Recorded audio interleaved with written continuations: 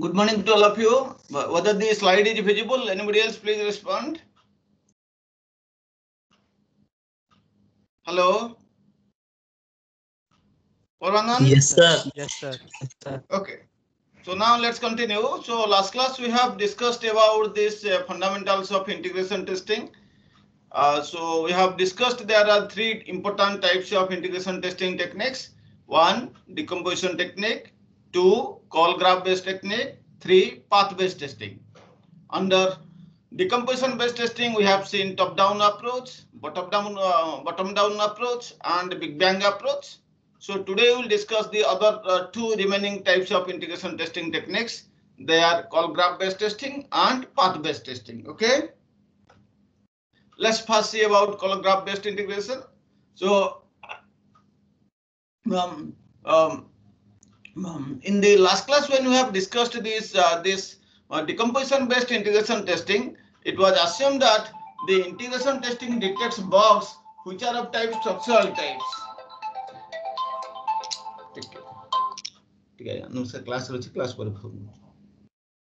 Okay, so now we have assumed that in the earlier integration testing technique, maybe in the decomposition technique, that normally integration testing this detects structural types of bugs.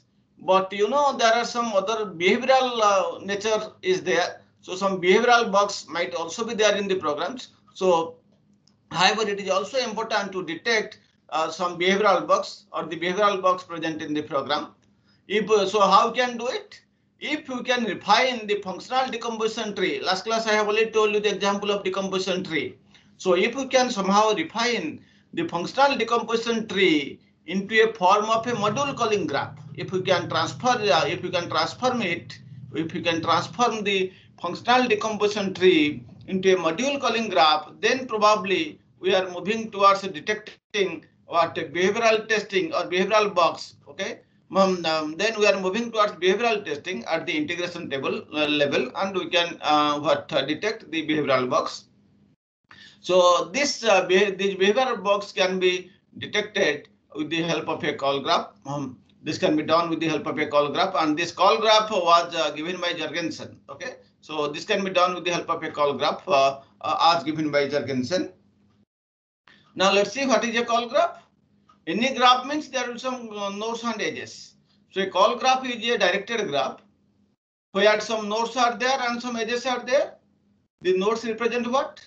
The nodes, they represent either the modules of the software or the different units of the software, and what the edges represent. So a directed edge from one node to another node represents what?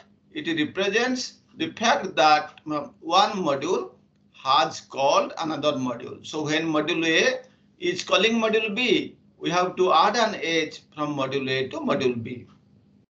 This call graph, it can be captured in a matrix form, which is known as the adjacency matrix. Okay. I hope you might have studied in graph theory or in discrete mathematics how a graph can be stored. A graph can be stored using two types of matrices. You might have heard. One is adjacency matrix, another is incidence matrix. Adjacency matrix is a M cross N matrix where both the rows and columns, they represent what nodes, and the entries will represent when there's an edge from one node to another node. Then we will represent it by a 1 or a tick. Otherwise, if no edge, then 0 or cross. But in incidence matrix, what happened? It is a N cross E matrix where N is the number of nodes and E is the edge, number of edges. So when an edge is incident into one vertex, then we have to draw or we have to put that entry as 1 or tick. Else we have to, if no edge, then we have to put what might be 0 or cross or simply blank. This is the concept of incidence matrix. So you can go through the the details of the adjacency matrix and the incidence matrix from any graph theory book or from any discrete mathematics book. Here I will only take the example of adjacency matrix. So this is a simple call graph I have taken. A simple example where I have already told you in the call graph, nodes will represent the modules or the units. So 1, 2, 3, 4, etc. These are the nodes or units. And edge means whenever there is an edge, that means one node is calling another one node. So the edge from 1 to 2 represents that module 1 calls module 2. 1, 3 represents that module 1 calls module 3. Similarly, module 1 calls module 4 like that. So in this way, you can represent a call graph given a set of modules and their dependency or this call information. If you know, you can draw the call graph. Now, from the call graph, you can easily draw the adjacency matrix. I have already told you adjacency matrix is a what we can say M cross N matrix, where M is the number of nodes. Here you can see there are 20 number of nodes. So I have drawn a M cross M matrix having M into N, 20 rows and 20 columns. Then how do I represent these entries? So you can see that there is an edge from 1 to 2, 1 to 3, 1 to 4, 1 to 5. So accordingly, I have put cross marks at 1 to 2, 1 to 3, 1 to 4, 1 to 5. Similarly, you can see that there is an edge from 1 to 10, 1 to 11. Accordingly, I have marked cross markers 1 to 10 and 1 to 11. Very simple to construct the adjacency matrix. Similarly, you can fill the other entries. So the entries or the cells having vacant cells, you can mean that no edge exists among those pairs of nodes. So that's why they are left as blanks. So in this way, you can represent the adjacency matrix. Now let's see how this call graph or the adjacency matrix can be used to perform the integration testing. Okay. The idea behind using a call graph for integration testing is to avoid the efforts made in developing the stops and drivers. I have already told you one of the drawback of the decomposition based testing technique. What is the drawback? We have to create so many stops and drivers. So this effort which is being spent in developing the stops and drivers, that can be minimized, that can be avoided by using this call graph. So how? If we can know somehow the calling sequence, which module calls what other modules, in what sequence, if we can know the calling sequence, and if you can wait for the call or the calling function to be ready. Suppose A is calling module B. So if you can arrive, if B is not ready, if you can wait till B is ready, or if A is not ready, if you can wait testing of B till A is available, till A is ready, then this method will be very much suitable. So two conditions I am saying: if we can know the calling sequence of the modules, and if we can wait, we are having time, we can wait for both the modules to be ready, either the call module or the calling module. Even if one is made earlier, we have to wait for the other one. Then this call graph based integration method will be very much suitable. Okay, so I am summarizing again. If we can know the calling sequence and if we can wait for the call module to be ready or the calling module or the calling function to be ready, if they are not ready, we can wait for them, then this call graph based integration can be used. Okay. There are two types of integration testings based on the call graph. By using the call graph, two types of integration testing we can perform. One, pairwise integration. Two, neighborhood integration. Let's see first pairwise integration. As its name suggests, pairwise. Pairwise means we have to take to one pair. One pair means what? Two nodes. If we consider only one pair of the nodes, out of that one will be definitely calling module, another will be call module. So if we consider only one pair of calling and call modules, then probably we can make a set of pairs for all such modules. So in the graph, how many such modules are there? We have to construct pairwise. So module A is calling module B one pair. Module C is calling module D another pair. So in that way, we can make several pairs from the call graph. The resulting set will be the total sessions, which will be equal to the sum of all edges in the call graph. So now how many such pairs we will get? So many numbers of pair testing we have to do. First we have to test, combine A and B, test the software. Then combine C and D, then test the software like this. So how many pairs will be there? So many times we have to perform testing. So how can know the number of pairs? Very simple. It is equal to the number of edges. So the resulting set will be the total number of sessions which will be equal to what? Which will be equal to the sum of all the edges in the call graph. So last class I have given you the formula to compute the effort. This is equal to the total test sessions. So here the total, so here the effort is equal to the total number of test sessions, which is simply equal to the sum of or the number of all the edges present in the call graph. This is about the pairwise integration. So we can go to this now we'll take the same example. This graph we will take and let us perform the call-wise. Let us perform the integration using this pairwise approach, and let's see what will the effort required or what will the total test sessions required. I have taken the same example. You can see how you can perform pairwise integration testing, or how will perform integration testing taking the pairs of the nodes. I can take one pair 1, 2. That means 1, 2 can be paired and tested. Then 1, 3 can be paired and tested. Then 1, 4 can be paired and tested. Then 1, 5 can be paired and tested. Similarly, 1, 10 can be paired and tested. Then 1, 10 can be paired and tested. So similarly, other pairs you can make. 11, 12 can be made. 12, 18 can be made, can be a pair like this. So in this way, how many pairs will get? Simply equal to how many numbers of edges are there? So many pairs. And here you can see there are 19 edges. So the total effort will be equal to the total number of test sessions, which is equal to the total number of edges is equal to 19. So if you will perform pairwise integration, the number of test sessions will be required simply 19. Okay, this is how we can perform pairwise integration. Next we'll go to the next type of integration, that is the neighborhood integration. So there is not much reduction in the number of test sessions in pairwise integration as compared to the decomposition based integration. You can see, let's see, if we'll go to this one, what will the number of test sessions if we'll use the earlier class approach, that is the decomposition based approach? Anybody else can say what is the formula for test sessions?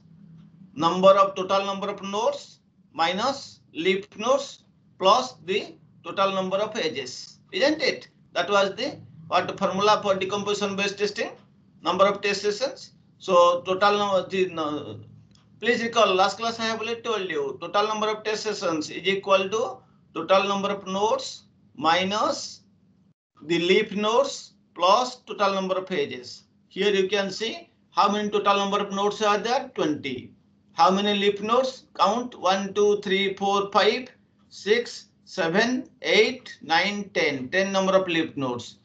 So and the total number of edges you have seen 19. So what will the total number of test sessions for decomposition based testing? So 20 minus 10 plus 19. How much it is?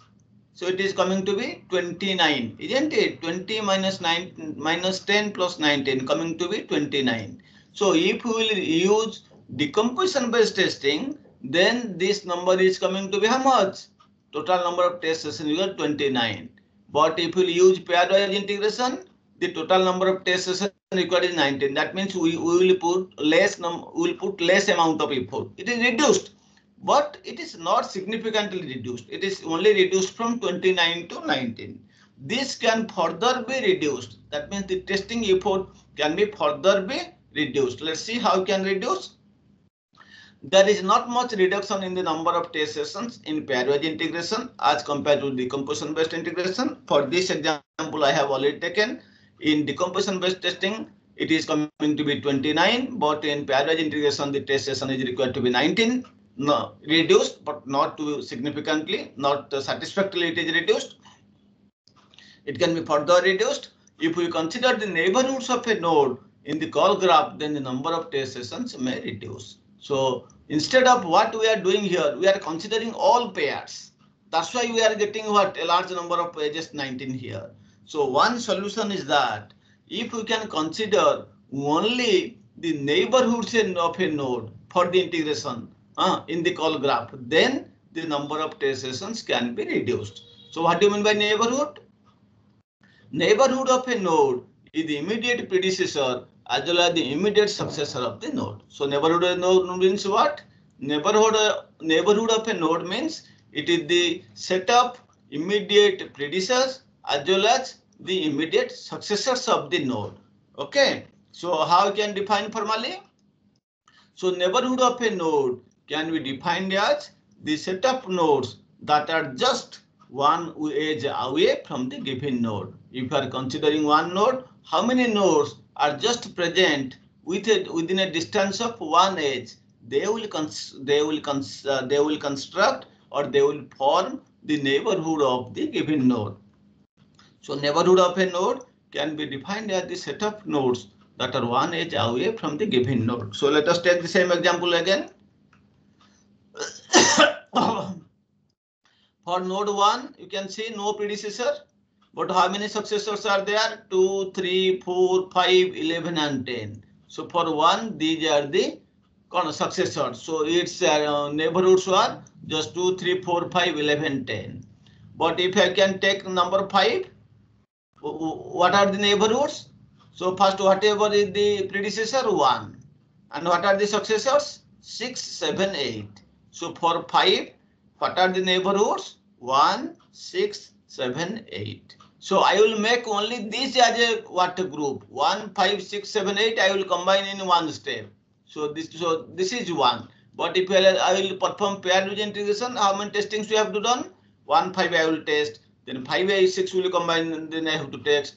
Then 5, 7 I have to combine and test. Then 5, 8 I will combine and test. But in neighborhood approach, I will just combine all the predecessors and the successors. So for 5, the predecessor is 1, successor is 6, 7, 8. So in one group, I can test 1, 5, 6, 7, 8. So in this way, the whole testing effort or the number of total test sessions can be reduced. So this I have explained in this table. So for node 1, I have already told you no predecessors, but successors are 2, 3, 4, 5, 10, 11. Done. This is one group. For 5, I have already told you 1 predecessor and 3 successors. Similarly, for 8, you can see yourself. 8, only 1 predecessor 5 and 2 successors 9 and 16. So I have to make a group 5, 8, 9, 16.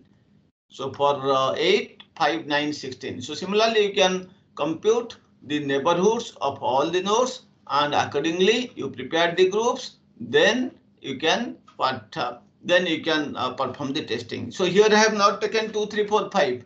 Why? Because they have already been paired. 2, 3, 4 I have seen they have already paired with 1. So no need to test them, no need to take them again. So that's why they have not taken here.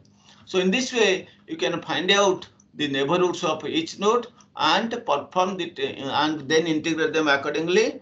Then you can perform integration testing. So in this method, the effort required will be equal to what? Again, the number of total test sessions. But here the total number of total test sessions you can find out just by using a formula. How much? The total number of nodes. How many the total number of nodes? It is 20 minus the number of sync nodes. What do you mean by sync node? Sync node is an instruction in a module at which execution terminates. Which are the terminal nodes or which are the leaf nodes? They are treated as the sync node. You can see in this example how many sync nodes are there? How many terminal nodes? Where the execution completes? 2, 3, 4, 6, 7, 16. Then 17, 18, 19, 20. How many? 10. So 10 number of sync nodes or 10 number of leaf nodes are there. So in neighborhood approach, what will the test effort required? The test effort required will be equal to total number of test sessions, which is equal to total number of nodes minus sync nodes. So this is equal to now 20 minus 10 is equal to 10. So now you can see the testing effort required here. It is significantly less than the traditional approaches. In the call graph approach, how much it is? Sorry, in the decomposition approach, I have already told you this is equal to 29.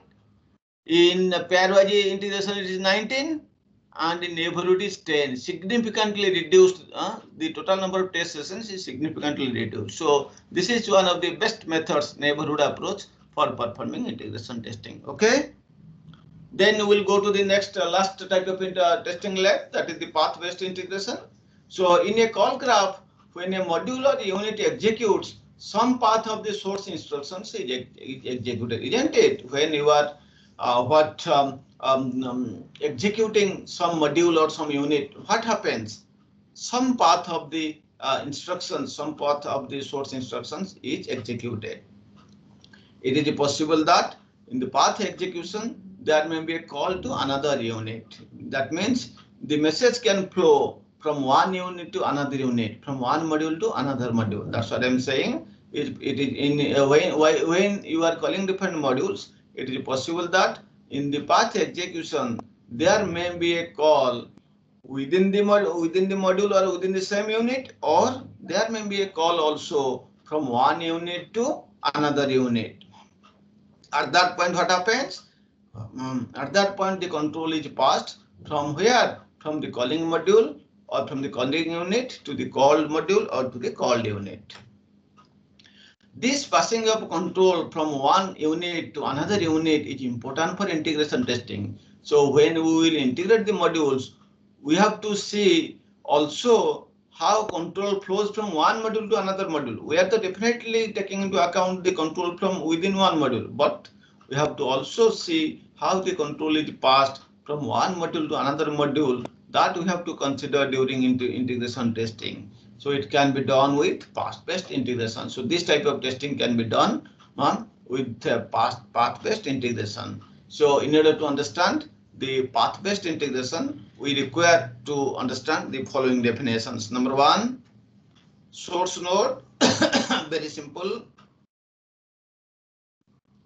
Source node means it is an instruction in the module at which the execution starts or resumes. So that means if a program is there, source node means it is an instruction or it is a statement in a given module at which the execution it starts or it resumes back.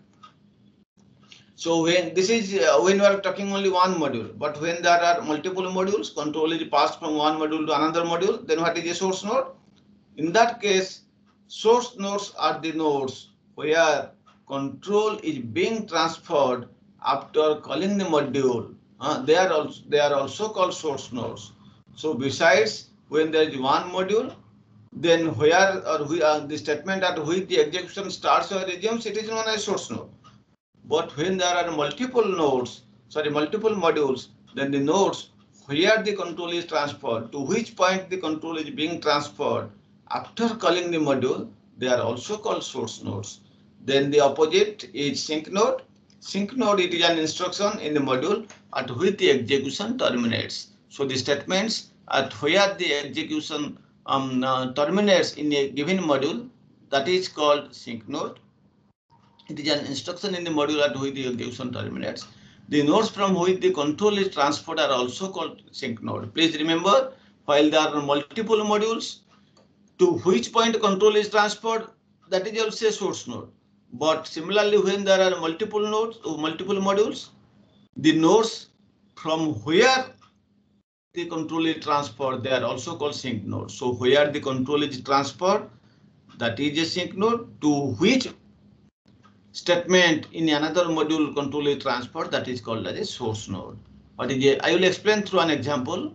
What is the MEP, module execution path?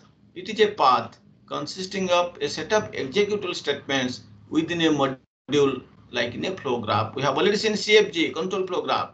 So there are different paths I have told, linearly independent paths I have told you. Then let's see module execution path. It is also a path. Path means definitely it is consisting of a set of executable statements. Okay, so it is a path consisting of a set of executable statements within a module.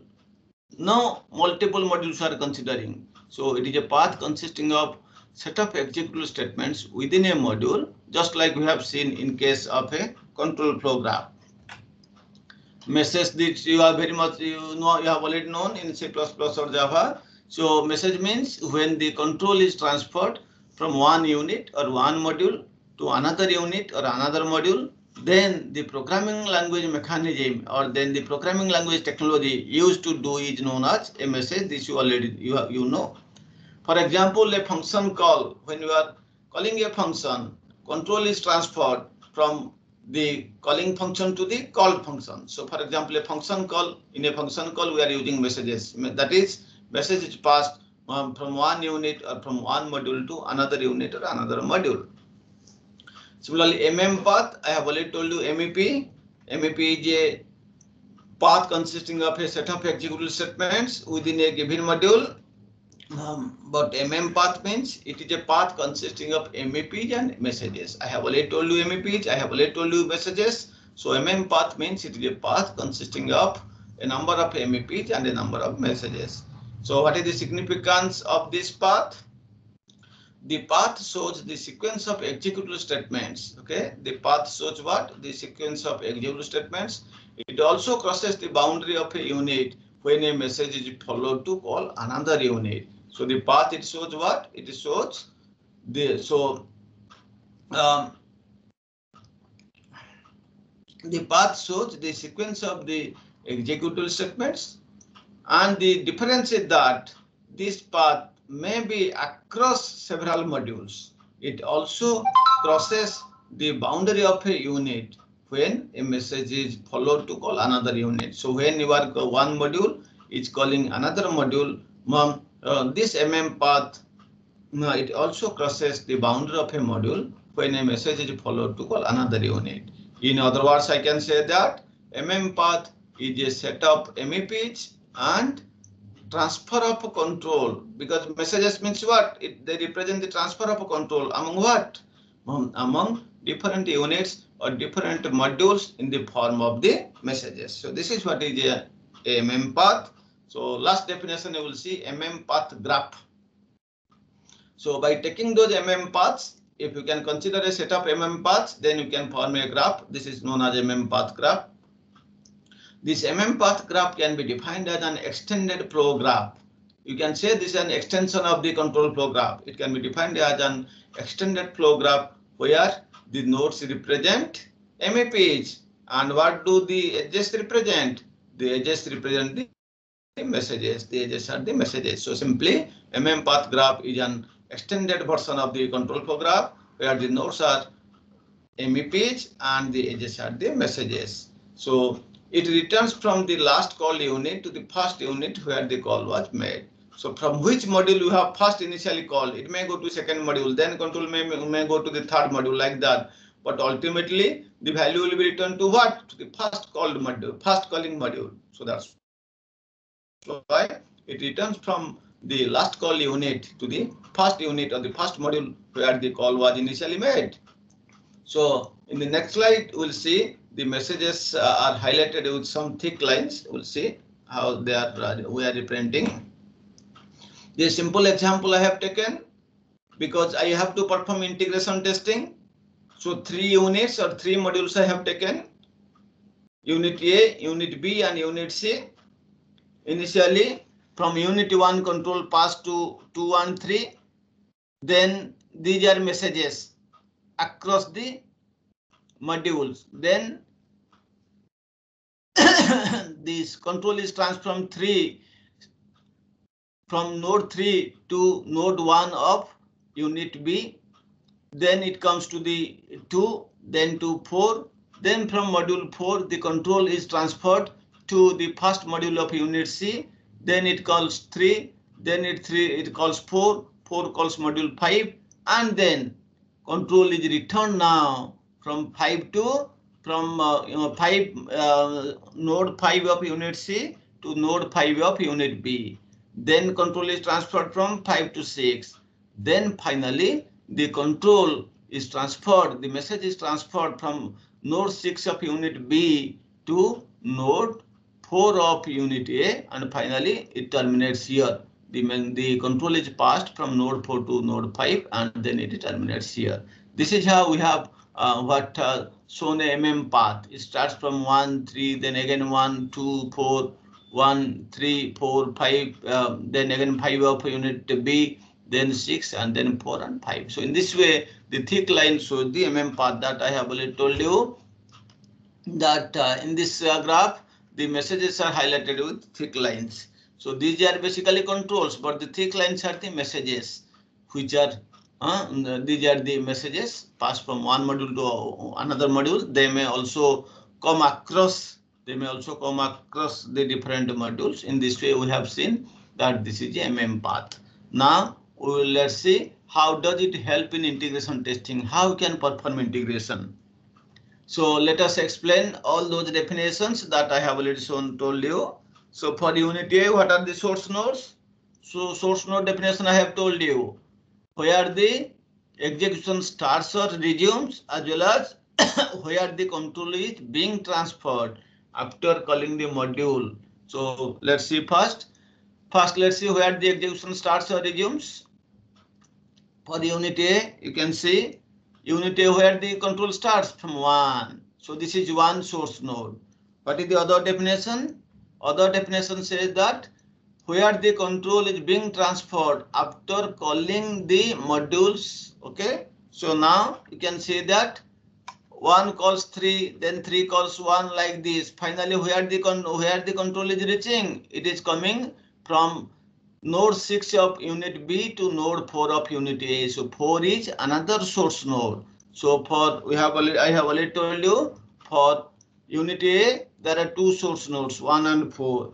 Why 1 from here its execution starts. Why 4? Because again, while it is calling other module, finally the control is returned to node 4. So 4 is also a source node. Similarly, for unit B, okay, let's see first sync node also. For unit A, what is the sync node? For unit A, sync node means where the or the module at which execution terminates. So let's see where the execution terminates, as well as control where the state node from which control is transferred to another module. So you can see that in this. So where it is for 1 unit A, where this execution terminates at 5. So 5 is one sync node. Another what? From where control is transferred to the other module. Here you can see control is transferred from unit A to unit B. From which node? 3. So 3 and 5 are two sync nodes that I have written here. For unit A, 3 and 5 are two sync nodes. Now what is MEP? MEP I have already told you. MEP is a path consisting of a set of executable statements within a module, not across the modules. The set of statements, the set of executable statements within a module. Here you can see what are the statements what are the execution or what are the sequence of the executable statements. 1, 2, 5 can be 1. Similarly, 1, 3 can be 1. Then after getting the control from 6, 4, 5 can be 1. So 3 MEPs we can get here. One is 1, 2, 5. 1, 2, 5. I have it shown here. 1, 2, 5. Another is 1, 3. You can see 1, 3. Why not 3, 4? Because 3 after 3 control is passing to 1. Then what is there? When it receives the control from 6, one is 4, 5. So another is 4, 5. So there are 3 MEPs for unit A. Similarly, you can see for unit B, what are the source nodes? Obviously 1, and where control is reached, 5. 1, 5 are source nodes.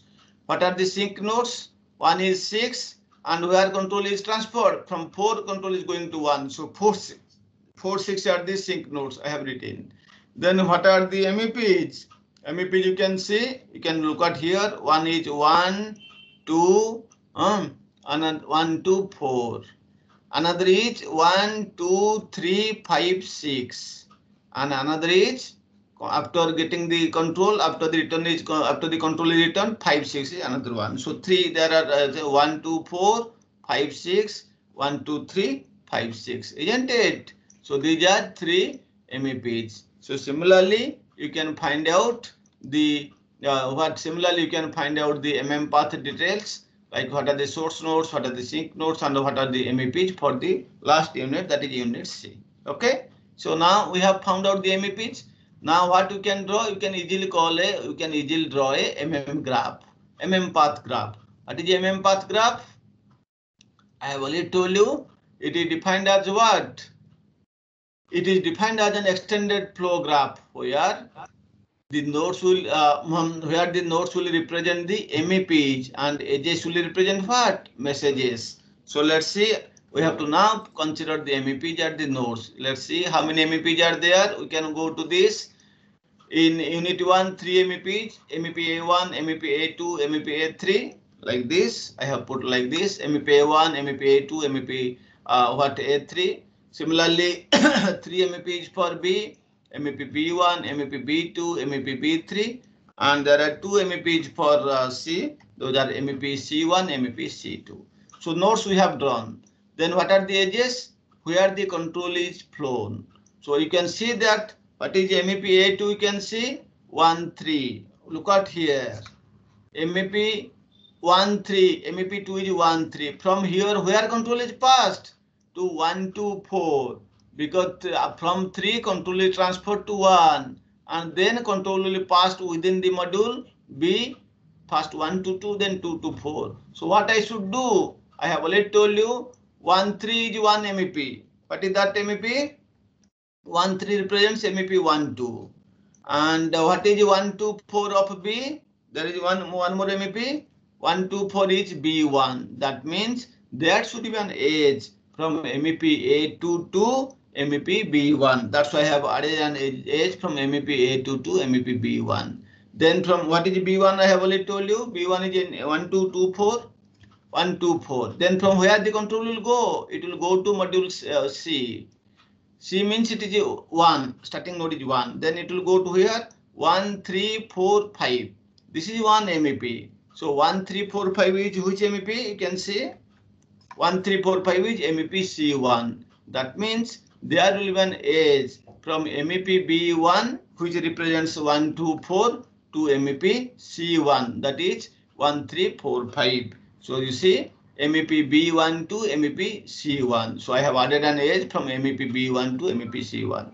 Then from MEP C1, where does it go? MEP C1 is 1, 3, 4, 5. It goes to the module B. To which node? 5. So it will go to 5, 6. 5, 6 represent which no? 5, 6 represent which MEP? MEP B2. So there must be an edge from MEP C1 to MEP B2. See? Yes, we have drawn MEP C1 to MEP B2. And similarly, what is MEP B2? I have told 5, 6. Then where does the control go? From 6 to 4, 4 of unit A. So next MEP is 4, 5. 4, 5 is which MEP? MEP A3. So that means there must be an edge from MEP B2 to MEP A3. So I have added an edge from MEP B2 to MEP A3. All other nodes are no message flow there, so they are isolated. MEP A1, MEP B3, MEP C2, no messages. These are just internal MEPs within one module, so no edges are connected to them. So this is how you can perform MM path. So what does it mean? How does it help in testing? That means MEP A2 will be combined with MEP B1, isn't it? MEP A2 1, 3 will be combined with this 1, 2, 4. Then you perform testing. Then what do you do? MEP B1 will be combined with MEP C1, isn't it? That is 1, 2, 3, 1, 2, 4 will be combined with 1, 3, 4, 5. Then you test. Then what is MEP C1 will be integrated with MEP B2. What is C1? 1, 3, 4, 5. It will be integrated with 5, 6. And finally, 5, 6 will be integrated with this 4, 5, and then you test.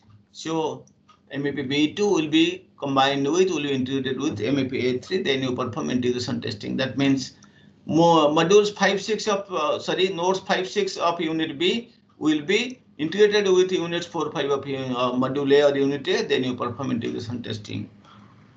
So in this way, you can construct the MM path, and you can accordingly combine the different modules or the different units and perform the integration testing. This is how MM path graph can be used for performing integration testing. Okay, so in this way we have already seen the 3 types of integration testings. They are decomposition based testing, call graph based testing, and MM path graph based integration testing. Okay, this is all about the integration testing. We'll take 5-10 minutes more on another type of testing.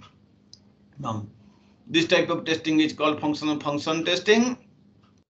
When an integrated system is tested, all its specified functions and the external interfaces, they are also tested in the software. Every functionality of the system are specified. Okay, every functionality of the system specified in the functions is also tested according to its external specification. So according to the external specification, you have to also test each functionality of the system specified in the functions. Every functionality of the system specified in the functions is also tested according to its external specifications. An external specification, what do you mean by an external specification? An external specification is a precise description of the software behavior from the viewpoint of the outside world. How the software will behave to its environment, how the software will behave to the outside world. So an external specification will represent that. An external specification is a precise description of the software behavior from the viewpoint of the outside world. KIT has defined function testing in the following way. How he has defined? KIT has defined function testing as the process of attempting to detect the discrepancies between the functional specifications of software and its actual behavior. How you have mentioned in the specification and how it is actually behaving. What is the discrepancies? Those discrepancies can be found out by performing. They can be detected by performing function testing. So KIT has defined function testing as the process of attempting to detect discrepancies between the functional specifications of the software and its actual behavior. The objective of the function test is to measure the quality of the functional components of the system. So what is the aim? What is the objective of function test? The aim or the objective of the function test is to measure the quality of the functional components of the system. The tests, okay, so the function tests verify that the system behaves correctly, it behaves properly from the user point of view, from the business point of view, or the users or from the user or business perspectives, and it functions okay, and functions according to the requirement. The system it functions according to the requirements as mentioned in the SRS document, or according to the models or any design paradigm. The system must behave properly according to those requirements or models or for any design paradigm. The function test must determine if each component or each business event is satisfying these things or not. The function test must determine if each of the component or business event satisfy the following what items or not.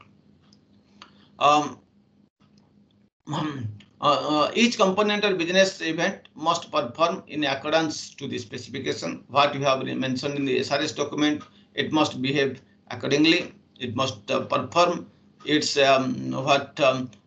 It must perform its function accordingly. The individual component must respond correctly to all the conditions that may present themselves by the incoming events or data. Each individual component inside that, okay, each component moves data or helps in moving data correctly from one business event to the other business event, and each component is initiated in order in the order required to meet the business objectives of the system. If there are so many components or there are so many business events, then they must be initiated in the proper order which is required to meet the business objectives of the system. So each of the component must satisfy the following things. The function testing when can be performed? Function testing can be performed after unit and integration testing is over, or whenever the development team they think that the system has sufficient functionality to execute some test cases, then the function testing can be performed. The test cases are executed in such a way that the execution of the given test case against the software will exercise the external functionality of the certain parts. I have already told you the objective of function test is to ensure that it represents it correctly to test the external functionality or the external behavior of the software. So the function test cases are executed in such a way that the execution of the given test case against the software It will exercise the external functionality of certain parts of the software. To keep a record of the function testing, you can use a metric. That metric is known as function coverage metric. To keep a record of function testing, a function coverage metric is used. The function coverage can be measured with a function coverage matrix. I have already told you. It keeps track of those functions that they exhibited the greatest number of errors. So which functions they are showing the greatest number of errors, they can be represented, they can be they can be put inside this function coverage matrix. An effective function test cycle must have a defined set of processes and deliverables. So if you are designing a function test cycle, an effective function test cycle, it must have a defined set of processes and deliverables. The primary processes and the deliverables for requirements functions test are as follows. Okay, let's see what are the primary processes and deliverables. So the primary processes and the deliverables for performing requirement-based function test are as follows. You have to make proper test planning. Then you have to make proper partitioning or proper functional decomposition. The requirements have to be defined properly. The test cases are to be designed properly. You have to also use a traceability matrix. You have to form a traceability matrix. So all the previous are easy. You can read yourself. I will only go through this one. I will explain in detail. The traceability matrix formation. How you can form a traceability matrix. So here test cases need to be mapped back to the appropriate requirement. I hope you know traceability. Traceability means what? See, in a software development, you are first doing the requirement analysis, then design, then coding, then testing. So you know the requirements must be numbered as requirement 1.1, 2.2, etc. Similarly, the processes in a DFD, that means in design, they should be also numbered, like process 1.1, process 2.1, process 3.1, etc. And the codes also, they should be numbered, the different modules. Why we are doing all this numbering? For proper traceability. Suppose we found that module 3 is not working, some error. Then what we have to do? We have to see module 3 corresponds to which function in the DFD, which process in the DFD. Okay, we have seen it corresponds to 3.1. Then this, if still we do not get the hint regarding the error, we have to see the corresponding requirement.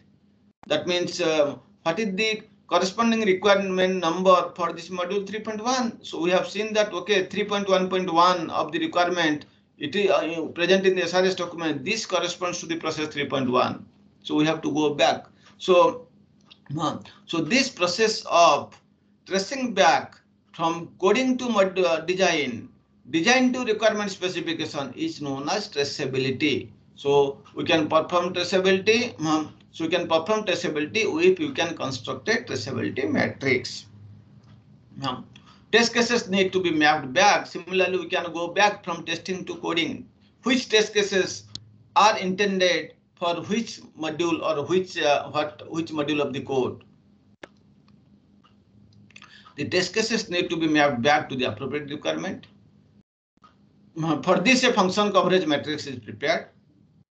This matrix, normally it is a table which lists the specific functions which are to be tested, the priority for testing each function, how much priority you will give, because some of the functions are very important. We can give priority 1. Some of the functions, just some GUI kind of functions, we can give them less priority, maybe 4 or 5. And also it should contain the test cases required to test each function. So what are the contents of the coverage matrix? The coverage matrix, it is a table which contains 3 important things. Number 1, the exact function or the specific function that has to be tested. Number 2, how much priority you want to give this testing of this function. Number 3, which test cases are required to test this function. Once all the aspects of the function have been tested by 1 or more test cases, then the test design activity or the test case design activity for that function can be considered complete. So when we say that the test case design activity is completed, once all the aspects of the function have been tested by one or more test cases. Okay, so when all the aspects of the function that we are considering for testing, so when all the aspects of the function that is under consideration and when all the aspects of the function they have been tested by at least one test case or more test cases, then we say that then the test design activity for that function has to be considered as complete. Okay. This is a simple example of function coverage matrix. As I have already told you, three things must be there in the coverage matrix. The function or feature you want to test, what is its priority, what test cases are required to test that function. So here I have taken an example. Name of the function to be tested, f1. Its priority I am giving number 3. What test cases are required to test this function f1, t2, t4, t6. Similarly, for function 2, I have given function the priority 1, which test cases are required, t1, t3, t5. So this will help you in our traceability. Suppose we say that function 1 is failed. But we have to see which test cases we have used at that time, T2, T4, T6. Okay, immediately we have to rerun again. If we are not getting, we have to see this function F1 represents to which design module. Say this represents this corresponds to design module D1. Still we are not getting the error. We have to trace back again. This design module D1 corresponds to which requirement specification? Okay, it corresponds to requirement 1.1 or 1.1. So in that way we can trace back. This is the application of the coverage matrix in tracing back this what functionality. This is known as traceability matrix. So another component is test case execution. This is very simple. In all phases of testing, an appropriate set of test cases need to be executed, and the result of those test cases recorded. After that means after running the test cases, either the test case may pass or may fail. You have to record it. So the test cases to be executed should be defined in the test plan. So what test cases you want to run, you want to execute, they have to be defined in the test plan. If the current application does not support the testing, then it should be deferred. If the current application or if the present application it does not report the testing, then it should be deferred. So this is something about this function testing. This is something about the function testing. Okay, so so we have today discussed the call graph based integration testing in detail. Under this, we have seen the pairwise integration and neighborhood integration. We have seen that least amount of testing effort is required in neighborhood integration as we require less number of test sessions. We have also explained path-based integration testing with an example. We have explained the function testing in detail. We have also described the primary processes or the deliverables required for requirement-based function test, including the coverage matrix. Okay, this is about the testing. Next class we'll see some other important thing, maybe the performance testing. We have taken it from Rajiv Mal's book and Naresh Chauhan book. Thank you very much. Now let's come back to any questions.